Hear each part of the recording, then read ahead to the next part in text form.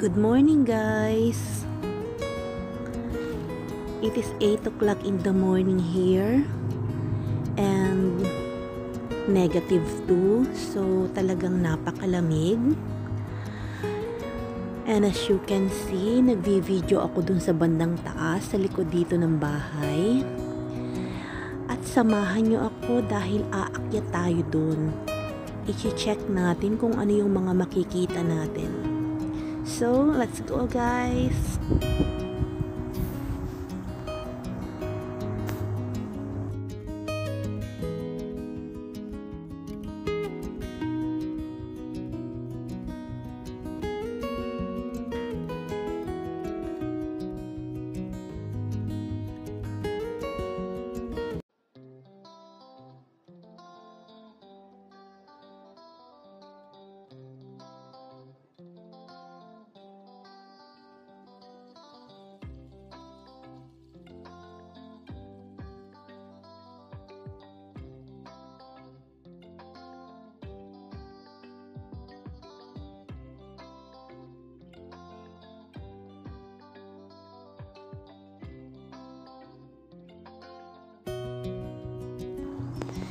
So, andito na tayo ngayon sa taas at mas malamig yung hangin dito.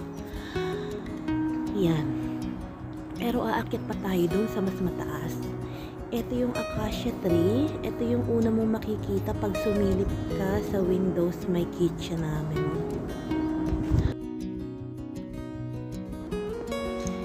So, ito na yung pinaka-highest point.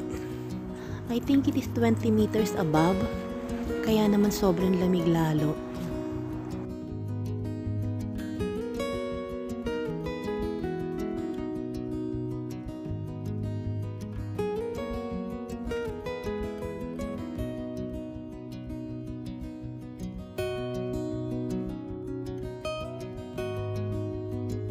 Yung sa bandang doon, yung pinakamalayo, makikita mo dito yung expressway.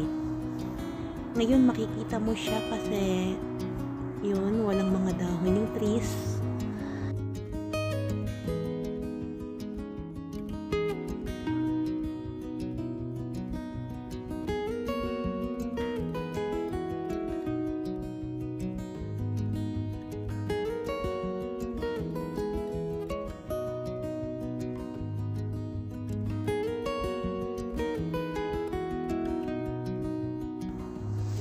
It is really nice to stay here in the summer kasi super fresh ng hangin.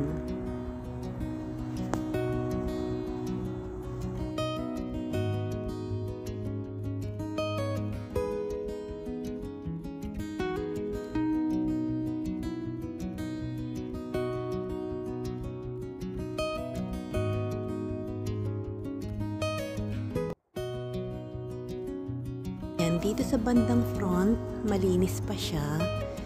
Pero pag pumunta ka sa banda ron, ayun, i-check natin later.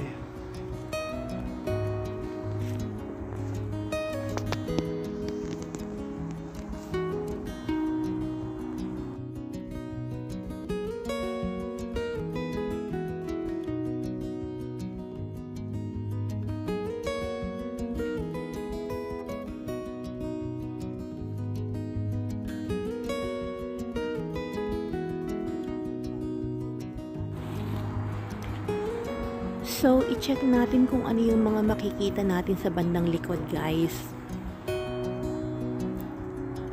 Actually, private itong property na to.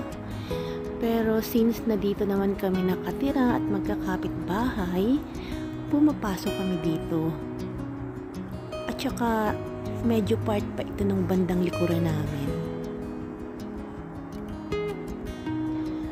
Super safe dito, guys, kahit na solo ka lang naglalakad dito sa forest, you don't need to be afraid.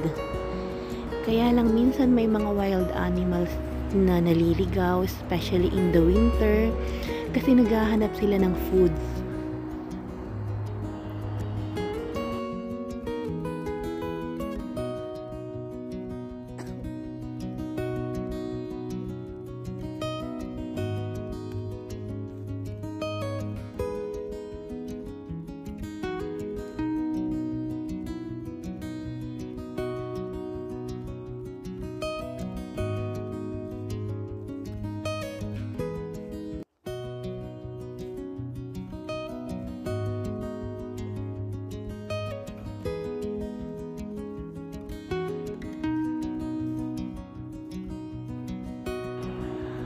Yung lahat ng puno, skeleton.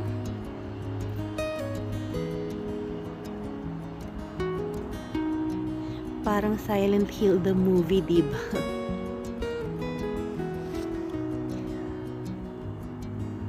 Kapag winter, wala ka nang masyadong makikita.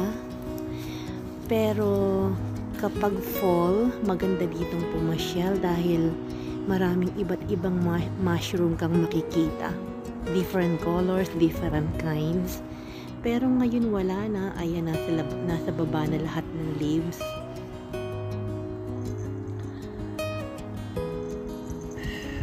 Nanginginig ako sa lamig.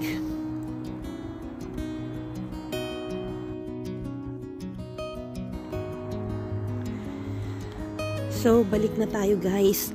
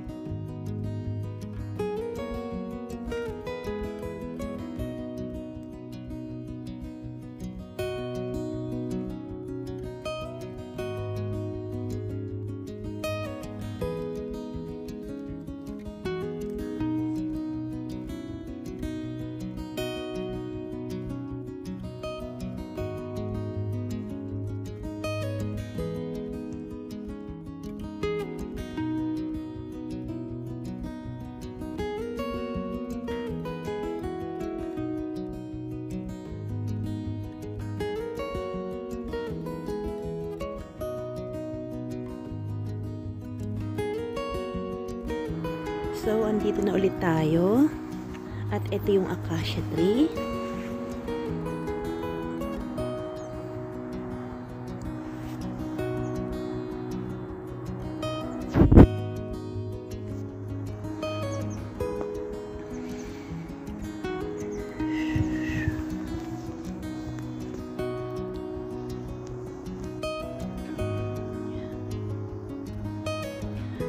Last month, nagtanim ako ng mga cherries dito. Sana okay sila kahit sobrang lamig. Ayun yung fish pond sa baba.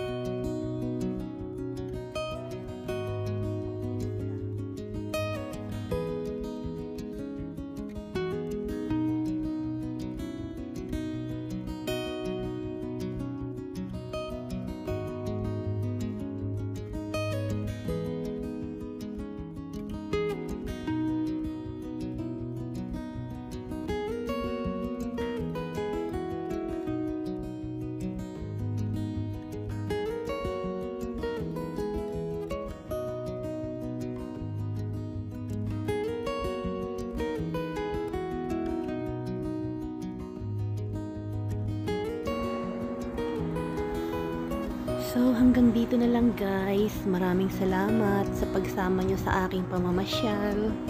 And see you again next time.